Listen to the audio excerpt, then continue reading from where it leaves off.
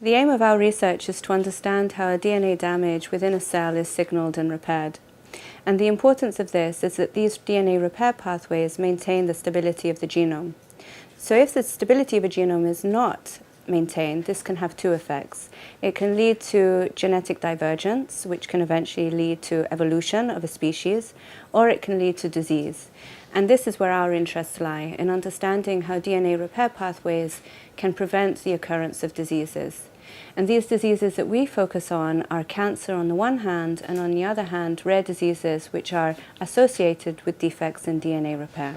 Understanding more about DNA repair pathways will eventually lead us to a better understanding of how we can treat diseases associated with DNA repair defects such as cancer, but other rare hereditary diseases. It was a great pleasure to carry out my postdoc at the IARC under the supervision of Zdenko Hrseg.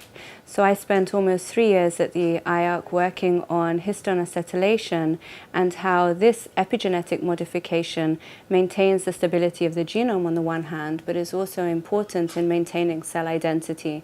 And the cell identity that I worked on was that of the hematopoietic system.